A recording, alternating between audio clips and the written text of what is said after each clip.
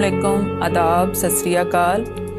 ਇਹ ਜਿਹੜੀਆਂ ਵੀਡੀਓਜ਼ ਤੁਸੀਂ ਹੁਣੇ ਵੇਖੀਆਂ ਹਨ ਇਹ ਭਾਰਤ ਦੇ ਕੈਪੀਟਲ ਦਿੱਲੀ ਦੀਆਂ ਹਨ, ਜਿੱਥੇ ਅੱਜ ਕੱਲ ਪੰਜਾਬ ਸਮੇਤ ਦੂਜੇ ਵੱਖ-ਵੱਖ ਰਾਜਾਂ ਤੋਂ ਆਏ ਕਿਸਾਨ ਇੰਨੀ ਵੱਡੀ ਤਾਦਾਦ ਵਿੱਚ ਇਕੱਠੇ ਹੋ ਕੇ ਪ੍ਰੋਟੈਸਟ ਕਰ ਰਹੇ ਹਨ। ਅਸੀਂ ਵੇਖਿਆ ਕਿ ਆਮ ਤੌਰ ਤੇ ਕਿਸਾਨ ਇਸ ਤਰ੍ਹਾਂ ਸੜਕਾਂ ਉੱਪਰ ਨਹੀਂ ਨਿਕਲਦੇ ਕਿਉਂ ਜੇ ਉਹ ਖੇਤੀਬਾੜੀ ਕਰਨ, ਕਿਰਤ ਕਰਨ ਤੇ ਫਸਲਾਂ ਉਗਾਉਣ ਵਿੱਚ ਮਸਰੂਫ ਰਹਿੰਦੇ ਹਨ। पर तारीख इस गल की गवाह है कि जदों किसानां दे हक्कां हितां नूं मारन की कोशिश की गई, किसान उठ खलोते। इस दा पिछोकड़ बड़ा पुराना है ते यह जानना बड़ा ज़रूरी है। अज असी ऐसी ही एक किसान लहर बारे जिहड़ी बड़ी इतिहासिक है जिक्र करांगे ते मेरी रिक्वेस्ट है कि तुसी इसे तरह जुड़े रहना, वीडियो अखीर तक देखना ते चैनल खोजो सबसक्राइब कर लेना।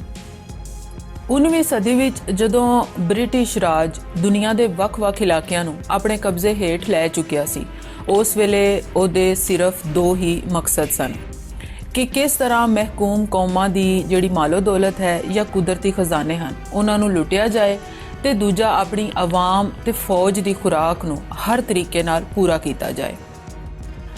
ਖੁਰਾਕ ਨੂੰ ਵੱਧ ਤੋਂ ਵੱਧ ਪੈਦਾ ਕਰਨ ਲਈ ਬ੍ਰਿਟਿਸ਼ ਸਰਕਾਰ ਨੇ 1879 ਵਿੱਚ अपर बारी दोआब नहर खुदवाई। इस नहर राही चनाह का पानी लैलपुर लैके जाने का मनसूबा बनाया गया। लैलपुर की गैर आबाद जमीन नूं आबाद करन लई उत्थे चनाब कलोनी बनाई गई ते फिर जलंधर, अमृतसर ते हुशियारपुर के जिहड़े किसान सन या ब्रिटिश सरकार के रिटायर्ड फौजी सन उन्हां नूं ओह गैर आबाद जमीन आबाद करन लई आख्या गया। याद रहे कि लैलपुर ਦਾ ਜਿਹੜਾ ਹੁਣ ਨਾਂ ਹੈ ਉਹ ਫੈਸਲਾਬਾਦ ਹੈ, ਜੋ ਕਿ ਪਾਕਿਸਤਾਨ ਦਾ ਇੱਕ ਬੜਾ ਵੱਡਾ ਸ਼ਹਿਰ ਹੈ। ਇਸ ਤਰ੍ਹਾਂ ਜਿਹੜੇ ਉਹ ਕਿਸਾਨ ਹਨ ਜਾਂ ਬ੍ਰਿਟਿਸ਼ ਸਰਕਾਰ ਦੇ ਜਿਹੜੇ ਰਿਟਾਇਰਡ ਫੌਜੀ ਸਨ ਉਹਨਾਂ ਨੂੰ ਬੜੀਆਂ ਸਹੂਲਤਾਂ ਦੇਣ ਦਾ ਵੀ ਵਾਅਦਾ ਕੀਤਾ ਗਿਆ। ਫਿਰ ਕੀ ਹੋਇਆ, ਜਿਹੜੇ ਜਲੰਧਰ, ਅੰਮ੍ਰਿਤਸਰ ਤੇ ਹੁਸ਼ਿਆਰਪੁਰ ਦੇ ਕਿਸਾਨ ਸਨ ਉਹਨਾਂ ਆਪਣੀ ਜ਼ਮੀਨ ਛੱਡੀ ਤੇ ਉਹਨਾਂ ਜਿਹੜੀ ਲੈਲਪੁਰ ਦੀ ਜ਼ਮੀਨ ਹੈ ਉਹਨੂੰ ਆਬਾਦ ਕਰਨਾ ਸ਼ੁਰੂ ਕਰ ਦਿੱਤਾ। ਉਹਨਾਂ ਫਸਲਾਂ ਉਗਾਈਆਂ, ਹਲ ਚਲਾਏ ਤੇ ਅਨਾਜ ਨਾਲ ਉਸ ਜ਼ਮੀਨ ਨੂੰ ਮਾਲਾ ਮਾਲ ਕਰ ਦਿੱਤਾ। ਫਿਰ ਅਚਾਨਕ ਹੀ ਬ੍ਰਿਟਿਸ਼ ਸਰਕਾਰ ਦੀ ਭੈੜੀ ਨੀਅਤ ਸਾਹਮਣੇ ਆ ਗਈ ਤੇ ਉਹਨਾਂ ਕੁਝ ਕਾਨੂੰਨ ਬਣਾ ਦਿੱਤੇ। ਬ੍ਰਿਟਿਸ਼ ਸਰਕਾਰ ਨੇ ਲੈਲਪੁਰ ਆ ਕੇ ਆਬਾਦ ਹੋਣ ਵਾਲੇ ਕਿਸਾਨਾਂ ਨੂੰ 50-50 ਏਕੜ ਦੇ ਫਾਰਮ ਬਣਾ ਕੇ ਦਿੱਤੇ ਜਿੱਥੇ ਉਹ ਹੁਣ ਖੇਤੀਬਾੜੀ ਕਰ ਸਕਦੇ ਸਨ।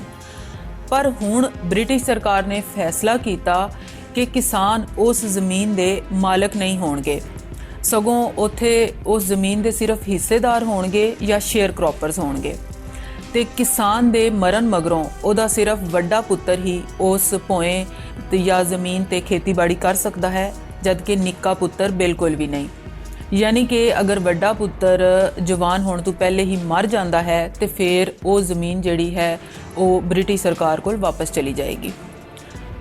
किसान अपनी भोए ते लगा होया रुख नहीं सी वढ़ सकदा, अपनी भोए या ज़मीन नूं अगे वेच नहीं सी सकदा, अपनी जीवी ते घर नहीं सी बना सकदा ते जिहड़ा कोई किसान इन्हां असूलां नूं मन के खेती करदा सी वो ठीक है ते जे कोई इन्हां असूलां नूं कबूल नहीं सी करदा उहनूं बेदखल कर दिता जांदा सी। ब्रिटिश सरकार दे इन्हां कानूनां ने किसानां अंदर एक बेचैनी पैदा कर दित्ती ਤੇ ਕਿਸਾਨਾਂ ਨੇ ਫਿਰ ਪ੍ਰੋਟੈਸਟ ਕਰਨੇ ਸ਼ੁਰੂ ਕਰ ਦਿੱਤੇ। ਚਨਾਬ ਕਲੋਨੀ ਕਿਨਾਲ ਕਲੋਨੀਆਂ 'ਚੋਂ ਸਭ ਤੋਂ ਵੱਡੀ ਕਲੋਨੀ ਸੀ। 2 ਮਿਲੀਅਨ ਏਕੜ ਜ਼ਮੀਨ ਇਸ ਕਲੋਨੀ ਥੱਲੇ ਆਉਂਦੀ ਸੀ। ਲੈਲਪੁਰ ਦੇ ਕਿਸਾਨਾਂ ਨੇ ਪੰਜਾਬ ਵਿੱਚ ਹਰੇ ਇਨਕਲਾਬ ਦੀ ਨੀਂਹ ਰੱਖੀ ਸੀ, ਪਰ ਬ੍ਰਿਟਿਸ਼ ਸਰਕਾਰ ਕੋਲੋਂ ਕਿਸਾਨਾਂ ਦੀ ਇਹ ਖੁਸ਼ਹਾਲੀ ਬਰਦਾਸ਼ਤ ਨਹੀਂ ਹੋਈ ਤੇ ਉਹ ਨਵੇਂ ਕਾਨੂੰਨ ਲੈ ਕੇ ਆ ਗਏ। ਕਿਸਾਨਾਂ ਜਦੋਂ ਪ੍ਰੋਟੈਸਟ ਕਰਨੀ ਸ਼ੁਰੂ ਕੀਤੀ ਤੇ ਉਸ ਵੇਲੇ ਸਰਦਾਰ ਅਜੀਤ ਸਿੰਘ ਸੰਧੂ ਨੇ ਕਿਸਾਨਾਂ ਦੀ ਐਸੀ ਅਗਵਾਈ ਕੀਤੀ ਕਿ ਤਾਰੀਖ ਅੱਜ ਵੀ ਉਹਨੂੰ ਯਾਦ ਕਰਦੀ ਹੈ। ਸਰਦਾਰ ਅਜੀਤ ਸਿੰਘ ਦਾ ਦਾਦਾ ਸਰਦਾਰ ਫਤਿਹ ਸਿੰਘ ਸੀ ਜਿਹੜਾ ਮਹਾਰਾਜਾ ਰਣਜੀਤ ਸਿੰਘ ਦੀ ਫੌਜ ਵਿੱਚ ਸੀ ਤੇ ਜਿਸ ਨੇ ਬ੍ਰਿਟਿਸ਼ ਆਰਮੀ ਦੇ ਖਿਲਾਫ ਐਂਗਲੋ ਸਿੱਖ ਵਾਰਜ਼ ਵਿੱਚ ਬੜੀ ਬਹਾਦਰੀ ਨਾਲ ਹਿੱਸਾ ਲਿਆ ਤੇ ਲੜਦਾ ਰਿਹਾ। फिर जदों अंग्रेज़ों ने पंजाब ते कब्ज़ा कर लिया तो उन्होंने सरदार फतेह सिंह की सारी ज़मीन नूं अपने कब्जे हेठ लै लिया। 1857 ਵਿੱਚ ਫਿਰ ਜਦੋਂ ਆਜ਼ਾਦੀ ਲਈ ਲੜਾਈ ਲੜੀ ਗਈ, ਉਸ ਵੇਲੇ ਅੰਗਰੇਜ਼ਾਂ ਨੇ ਸਰਦਾਰ ਫਤਿਹ ਸਿੰਘ ਨੂੰ ਲਾਲਚ ਦਿੱਤਾ ਕਿ ਜੇ ਉਹ ਅੰਗਰੇਜ਼ ਫੌਜ ਲਈ ਲੜਦਾ ਹੈ ਤੇ ਉਸ ਨੂੰ ਉਸ ਦੀ ਜ਼ਮੀਨ ਵਾਪਸ ਕਰ ਦਿੱਤੀ ਜਾਏਗੀ। ਪਰ ਸਰਦਾਰ ਫਤਿਹ ਸਿੰਘ ਨੇ ਆਪਣੀ ਜ਼ਮੀਨ ਦਾ ਸੌਦਾ ਕਰਨ ਤੋਂ ਇਨਕਾਰ ਕਰ ਦਿੱਤਾ। ਸਰਦਾਰ ਫਤਿਹ ਸਿੰਘ ਦਾ ਹੀ ਪੁੱਤਰ ਅਰਜੁਨ ਸਿੰਘ ਸੀ। ਸਰਦਾਰ ਅਰਜੁਨ ਸਿੰਘ ਨੇ ਵੀ ਹਮੇਸ਼ ਕਮਜ਼ੋਰਾਂ ਲਈ ਆਵਾਜ਼ ਚੱਕੀ। ਸਰਦਾਰ ਅਰਜੁਨ ਸਿੰਘ ਦਾ ਪੋਤਰਾ ਸਰਦਾਰ ਭਗਤ ਸਿੰਘ ਸੀ। ਇੰਜ ਸਰਦਾਰ ਅਜੀਤ ਸਿੰਘ ਸਰਦਾਰ ਭਗਤ ਸਿੰਘ ਦਾ ਚਾਚਾ ਸੀ। ਸਰਦਾਰ ਅਜੀਤ ਸਿੰਘ ਆਪਣੀ ਪੜ੍ਹਾਈ ਮਗਰੋਂ ਪਿੱਸੇ ਹੋਏ ਭੁੱਖੇ ਤੇ ਗਰੀਬ ਲੋਕਾਂ ਲਈ ਕੰਮ ਕਰਨ ਲੱਗ ਪਿਆ। ਇੰਜ ਇਸ ਘਰਾਣੇ ਦੇ ਸਾਰੇ ਮਨੁੱਖ ਆਜ਼ਾਦੀ ਤੇ ਅਣਖ ਲਈ ਲੜਦੇ ਰਹੇ। ਸਰਦਾਰ ਅਜੀਤ ਸਿੰਘ 1857 ਦੀ ਤਰ੍ਹਾਂ ਹੀ ਇੱਕ ਬਗਾਵਤ 1907 ਵਿੱਚ ਬਰਪਾ ਕਰਨਾ ਚਾਹੁੰਦਾ ਸੀ। ਆਪਣੇ ਇਸ ਮਕਸਦ ਲਈ ਉਹ ਵੱਖ-ਵੱਖ ਇਲਾਕਿਆਂ ਦੇ ਰਾਜਿਆਂ, ਲੋਕਾਂ ਤੇ ਇਨਕਲਾਬੀਆਂ ਨੂੰ ਮਿਲਦਾ ਰਹਿੰਦਾ।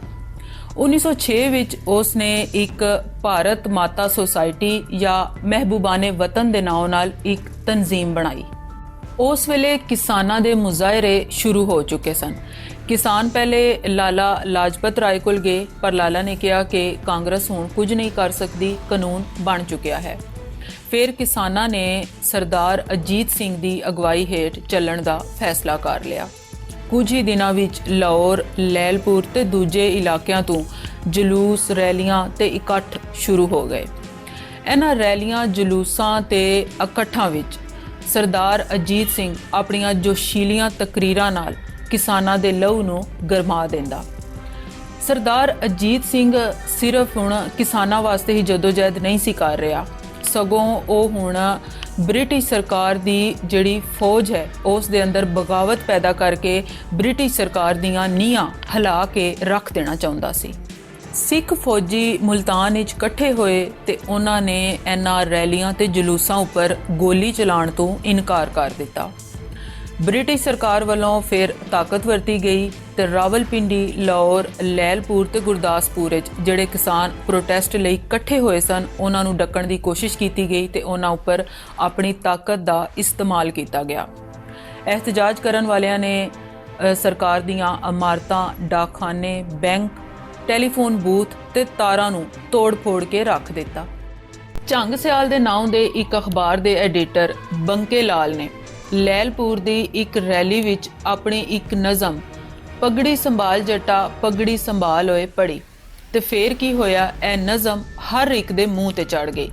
ਕੁਝ ਹੀ ਦਿਨਾਂ ਵਿੱਚ ਕਿਸਾਨਾਂ ਦੀ ਜਿਹੜੀ ਇਹ ਲਹਿਰ ਸ਼ੁਰੂ ਹੋਈ ਸੀ ਉਸ ਦਾ ਨਾਮ ਪਗੜੀ ਸੰਭਾਲ ਜੱਟਾ ਮੂਵਮੈਂਟ ਪੈ ਗਿਆ।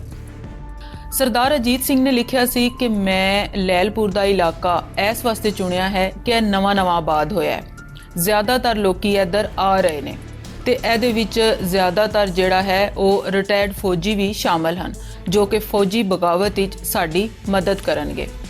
ਸਰਦਾਰ ਅਜੀਤ ਸਿੰਘ ਦੀ ਇਹ ਗੱਲ ਸੱਚ ਵੀ ਸਾਬਤ ਹੋਈ ਤੇ ਇੱਕ ਪੱਧਰ ਤੇ ਫੌਜੀ ਬਗਾਵਤ ਹੋਈ ਵੀ। ਉਸ ਵੇਲੇ ਪੰਜਾਬ ਦੇ ਗਵਰਨਰ ਨੇ ਵਾਇਸਰਾਏ ਨੂੰ ਖੱਤ ਲਿਖਿਆ ਕਿ ਸਰਦਾਰ ਅਜੀਤ ਸਿੰਘ ਪੰਜਾਬ ਵਿੱਚ ਬਗਾਵਤ ਪੈਦਾ ਕਰਨ ਦੀ ਰਾਹ ਪੱਧਰ ਕਰ ਰਿਹਾ ਹੈ, ਇਸ ਦਾ ਬੰਦੋਬਸਤ ਕੀਤਾ ਜਾਏ। ਵਾਇਸਰਾਏ ਨੇ ਲਾਰਡ ਮੈਕਾਲੇ ਨੂੰ ਲਿਖਿਆ ਕਿ ਬ੍ਰਿਟਿਸ਼ ਫੌਜ ਵਿੱਚ ਬਗਾਵਤ ਪੈਦਾ ਕਰਨ ਲਈ ਸਰਦਾਰ ਅਜੀਤ ਸਿੰਘ ਬੜੀਆਂ ਤੇਜ਼ ਕੋਸ਼ਿਸ਼ਾਂ ਕਰ ਰਿਹਾ ਹੈ ਤੇ ਇਸ ਕੰਮ ਲਈ ਉਹ ਤਕਰੀਰਾਂ ਤੇ ਲਿਖਤਾਂ ਦੀ ਵਰਤੋਂ ਕਰ ਰਿਹਾ ਹੈ। ਇਸ ਤਰ੍ਹਾਂ ਬਗਾਵਤ ਤੋਂ ਡਰਦਿਆਂ ਹੋਇਆਂ 4 ਮਈ 1907 ਨੂੰ ਲਾਲਾ ਲਾਜਪਤ ਰਾਏ ਤੇ ਸਰਦਾਰ ਅਜੀਤ ਸਿੰਘ ਦੇ ਵਾਰੰਟ ਜਾਰੀ ਕਰ ਦਿੱਤੇ ਗਏ। ਸਰਦਾਰ ਅਜੀਤ ਸਿੰਘ ਤੇ ਲਾਲਾ ਲਾਜਪਤ ਰਾਏ ਨੂੰ ਗ੍ਰਿਫਤਾਰ ਕਰਕੇ ਬਰਮਾ ਦੀ ਜੇਲ੍ਹ ਵਿੱਚ ਕੈਦ ਕਰ ਦਿੱਤਾ ਗਿਆ। ਇਹ ਉਹੀ ਜੇਲ੍ਹ ਸੀ ਜਿਹਦੇ ਵਿੱਚ ਆਖਰੀ ਮੁਗਲ ਬਾਦਸ਼ਾਹ ਬਹਾਦਰ ਸ਼ਾਹ ਜ਼ਫਰ ਨੂੰ ਵੀ ਕੈਦ ਕੀਤਾ ਗਿਆ ਸੀ। ਇਸ ਮੌਕੇ ਤੇ ਇੰਡੀਅਨ ਨੈਸ਼ਨਲ ਕਾਂਗਰਸ ਨੇ ਆਪਣਾ ਪੂਰਾ ਜ਼ੋਰ ਲਾਲਾ ਲਾਜਪਤ ਰਾਏ ਨੂੰ ਛੁਡਵਾਉਣ ਤੇ ਲਾ ਦਿੱਤਾ।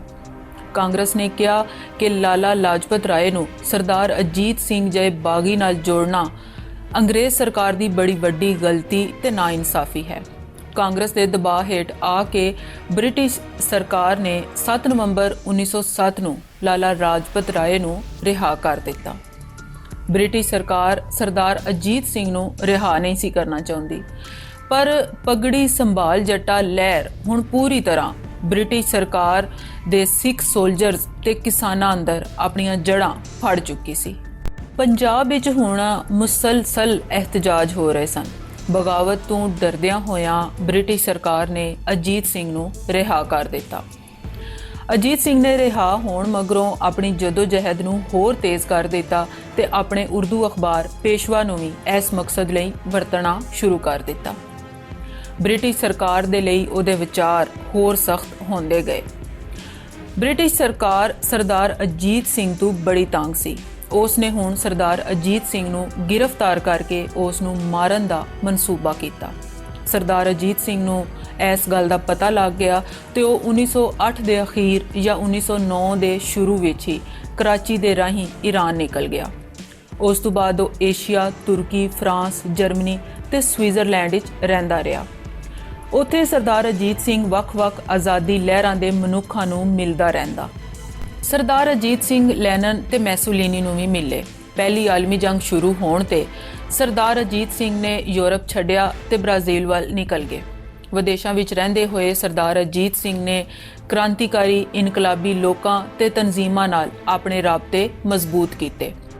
ਸਰਦਾਰ ਅਜੀਤ ਸਿੰਘ ਗਦਰੀ ਲਹਿਰ ਨਾਲ ਵੀ ਜੁੜ ਗਏ।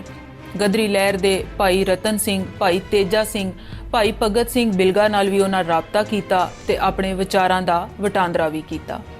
ਆਪਣੇ ਭਾਈ ਦੇ ਪੁੱਤਰ ਨੌਜਵਾਨ ਭਗਤ ਸਿੰਘ ਨਾਲ ਸਰਦਾਰ ਅਜੀਤ ਸਿੰਘ ਦਾ ਖੱਤਾਂ ਰਾਹੀਂ ਰਾਬਤਾ ਰਹਿੰਦਾ। ਇੱਕ ਵਾਰੀ ਅਜੀਤ ਸਿੰਘ ਨੇ ਸਰਦਾਰ ਭਗਤ ਸਿੰਘ ਨੂੰ ਇੱਕ ਖੱਤ ਲਿਖਿਆ ਕਿ ਉਹ ਯੂਰਪ ਜਾਂ ਬ੍ਰਾਜ਼ੀਲ ਵੱਲ ਆ ਜਾਏ ਤੇ ਇੱਥੇ ਚੱਲ ਰਹੀਆਂ ਵੱਖ-ਵੱਖ ਇਨਕਲਾਬੀ ਤੇ ਕ੍ਰਾਂਤੀ ਲਹਿਰਾਂ ਦੀ ਜਦੋਜਹਿਦ ਨੂੰ ਵੇਖੇ ਤੇ ਇੱਥੋਂ ਕੁਝ ਸਿੱਖ ਲਵੇ।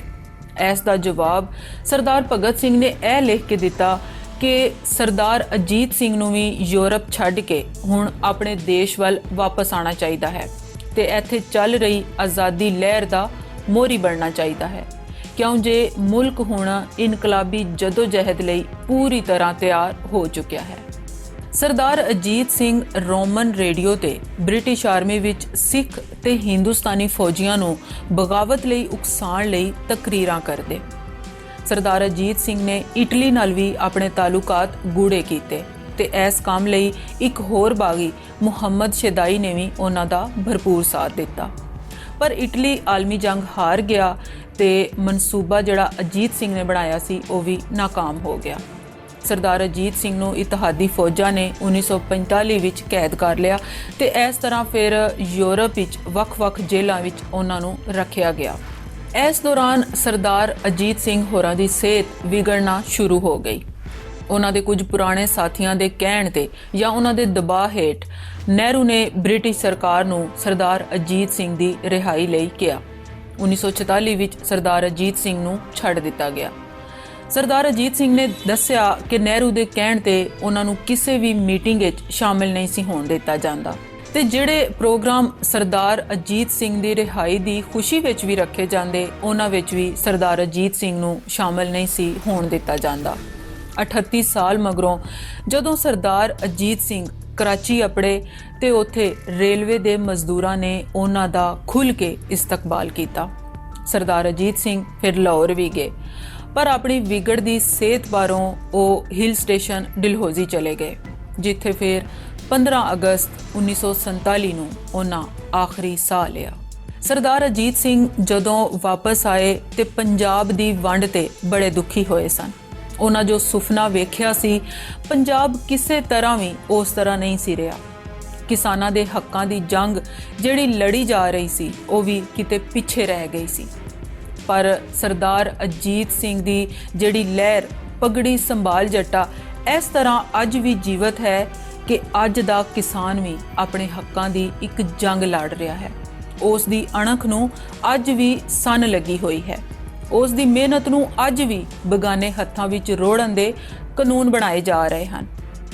ਪਗੜੀ ਸੰਭਾਲ ਜੱਟਾ ਪੰਜਾਬੀ ਕਿਸਾਨ ਦੀ ਇੱਕ ਲਲਕਾਰ ਸੀ ਜੋ ਵੇਲੇ ਦੇ ਨਾਲ ਮੱਠੀ ਤੇ ਹੋਈ, ਪਰ ਇੰਜ ਲੱਗਦਾ ਹੈ ਕਿ ਅੱਜ ਇੱਕ ਵਾਰੀ ਫੇਰ ਜ਼ਿੰਦਾ ਹੋ ਗਈ ਹੈ। ਪੰਜਾਬੀ ਕਿਸਾਨ ਪੰਜਾਬ ਦੀ ਸ਼ਾਨ ਹੈ। ਪੰਜਾਬੀ ਕਿਸਾਨ ਜ਼ਿੰਦਾਬਾਦ। ਅੱਜ ਦੀ ਵੀਡੀਓ ਕੈਸੀ ਲੱਗੀ ਕਮੈਂਟਸ ਵਿੱਚ ਜ਼ਰੂਰ ਦੱਸਣਾ ਤੇ ਚੈਨਲ ਖੋਜੋ ਵੀ ਸਬਸਕ੍ਰਾਈਬ ਕਰ ਲੈਣਾ। Thank you. ਰੱਬ ਰਾਖਾ।